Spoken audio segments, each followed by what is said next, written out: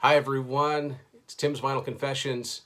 I'm Tim Derling. Thank you so much for watching. This episode is a fun one because it's an 8-track episode. I love doing these, and it's an 8-track episode on a band that definitely doesn't come to mind when you think of the 8-track era. But I've got a few 8-tracks here to talk about. As a matter of fact, I think I've got every single one from Whitesnake. Now, a lot of people know Whitesnake were around a long time before the big worldwide breakthrough in 1987, but I bet a lot of you out there have never ever seen any of those older albums on 8-track, and they are very, very rare. So I'm going to talk about what I have, which I think is pretty complete. As far as I know, I don't know of any others. First one is actually not a Whitesnake album per se, but it is in many, many ways, not least of which is the title. And I've got a sealed copy here. This is David Coverdale's first solo album after Deep Purple disbanded in '76, and even says right here, lead singer of Deep Purple. And it's actually called Whitesnake.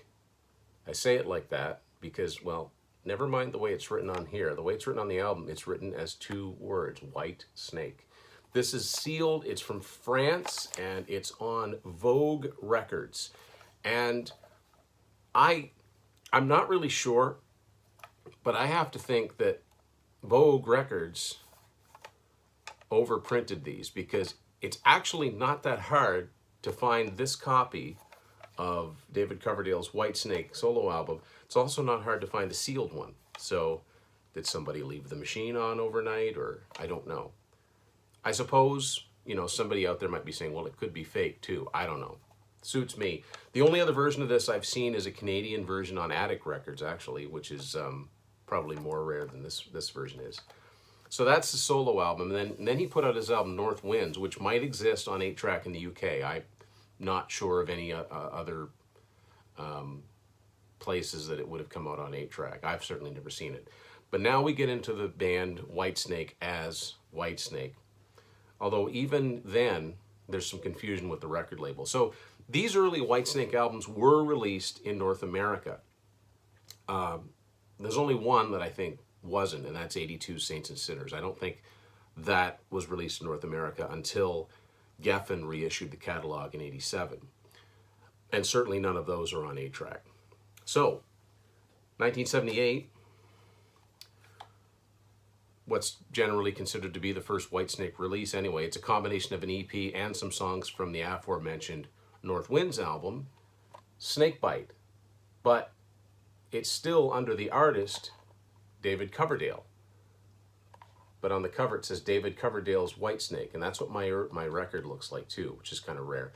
This is a US copy on United Artists Records, which wasn't going to be in operation much longer. It would be absorbed into Liberty Records. So this is pretty rare. Here's what it looks like on the back. Same track listing that people are used to, or same tracks. They're out of order on here, of course, but same 8 songs.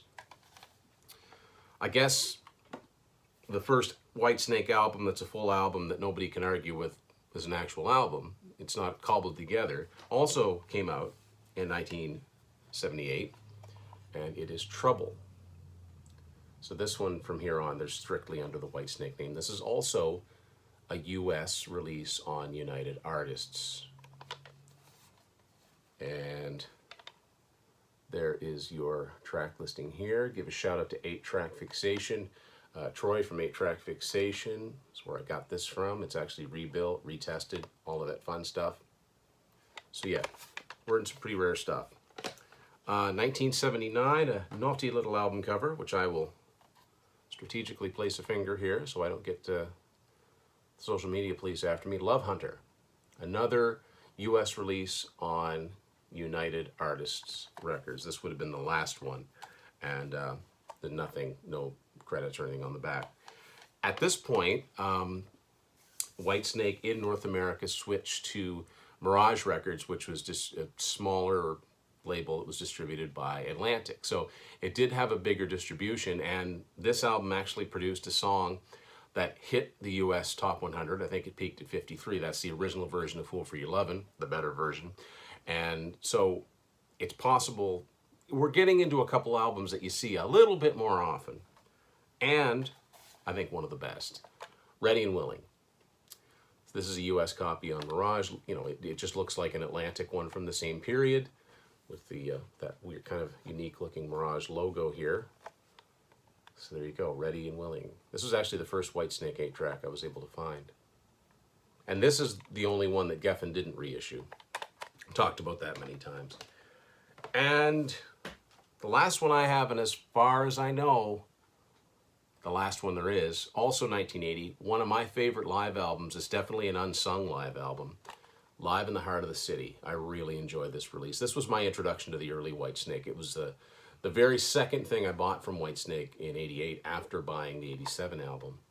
This again is a US copy on Mirage, but this is a great, great live album. Of course, you know, the UK versions and the deluxe versions are expanded. They've got more songs on them, but just the original 7-track album, I love it. Great band, great lineup at this point.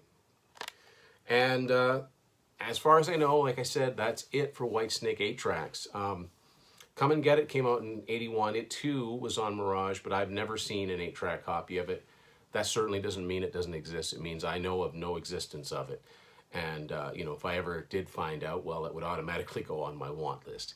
If you're intrigued about this, if you're intrigued about 8-tracks and collecting and, you know, these sort of bands that don't really fit the 8-track era, and you're interested in reading about music collecting in general, I would recommend Unspooled and Adventure in 8-Tracks. This is my first book, and it's been out for a few years now. It's available on Amazon.